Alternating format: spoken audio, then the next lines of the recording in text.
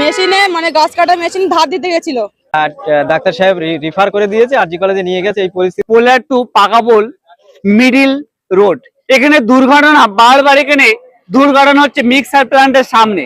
এই মিক্সার প্ল্যান্টের সামনে সাধারণ মানুষের কোনো নিরাপত্তা নেই। আজকেরও একটি দুর্ঘটনা হলো, তিনজনা একটি বাইকে ছিলেন, পোলার দিক দিয়ে বাইকটি আসছিলেন এবং বিপরীত দিক দিয়ে একটি ইডিল লরি আসছিলেন।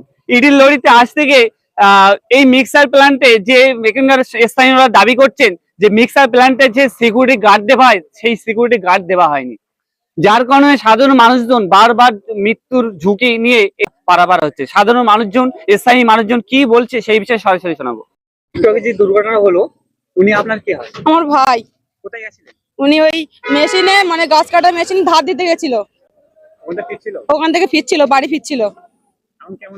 এখন আরজি কলেজে ট্রান্সফার করে দিয়েছে, মাথা ফেটে গিয়েছে। আপনারা এখন কি চাইছেন? আমরা চাইছি যে গাড়িটা অ্যাক্সিডেন্ট করেছে তারা যদি ক্ষতিপূরণ দেয়। জানিয়েছে কোনো ক্ষতিপূরণ দেবে? আর্থিক সহযোগিতাও করুক ওনারা। আর মানে আমার মানে কি বলবো, খেটে খাওয়া মানুষ সব, বুঝলেন। আমার বাড়ি হাতিশালা, আমার ভাই ওনার বাড়ি কাবিলডাঙ্গা। আমার নাম শাবানা খাতুন।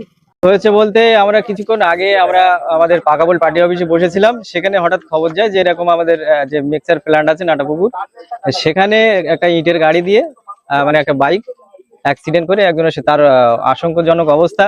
আমরা সাথে সাথে খবর পেয়ে জিরেনগাছা হসপিটালে নিয়ে গিয়েছি। সেখান থেকে ডাক্তার সাহেব রিফার করে দিয়েছে, আরজি কলেজে নিয়ে গেছে। এই পরিস্থিতি আছে, কিন্তু ব্যাপার হচ্ছে আজকে অ্যাক্সিডেন্ট বা এর আগেও একাধিকবার অ্যাক্সিডেন্ট হয়েছে।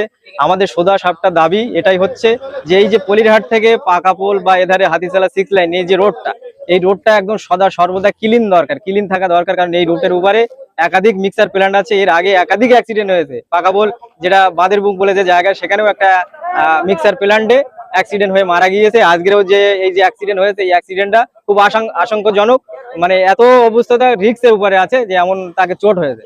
সেজন্য আমরা আজকে এই কোম্পানির এখানে এসেছি আমাদের দাবি নিয়ে, যে যতক্ষণ এই রাস্তা সোজা ক্লিন হচ্ছে ততক্ষণ এই কোম্পানি খোলা যাবে না। আমাদের সোজা সাপটা দাবি এটাই, যতক্ষণ এই রাস্তাঘাটগুলো টোটাল পরিষ্কার হচ্ছে না, এই প্ল্যান্ট এখন খোলা যাবে না।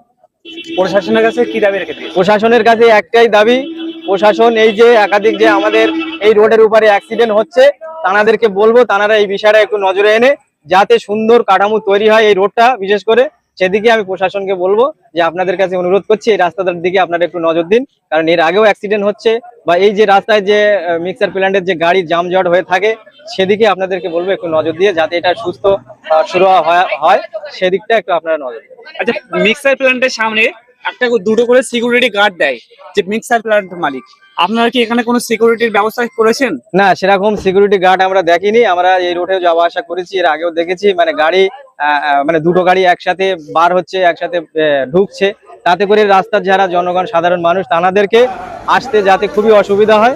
সেদিকটা আমি পুলিশ প্রশাসন বাবুদেরকে বলবো যে সেদিকটা নজর রেখে এনাদের যে ব্যবসা করছে সেটা করুক, কিন্তু লিগাল ভাবে সিস্টেম যেন মেনটেন থাকে, লোকাল এরিয়ার কোনো মানুষের যেন না ক্ষতি হয়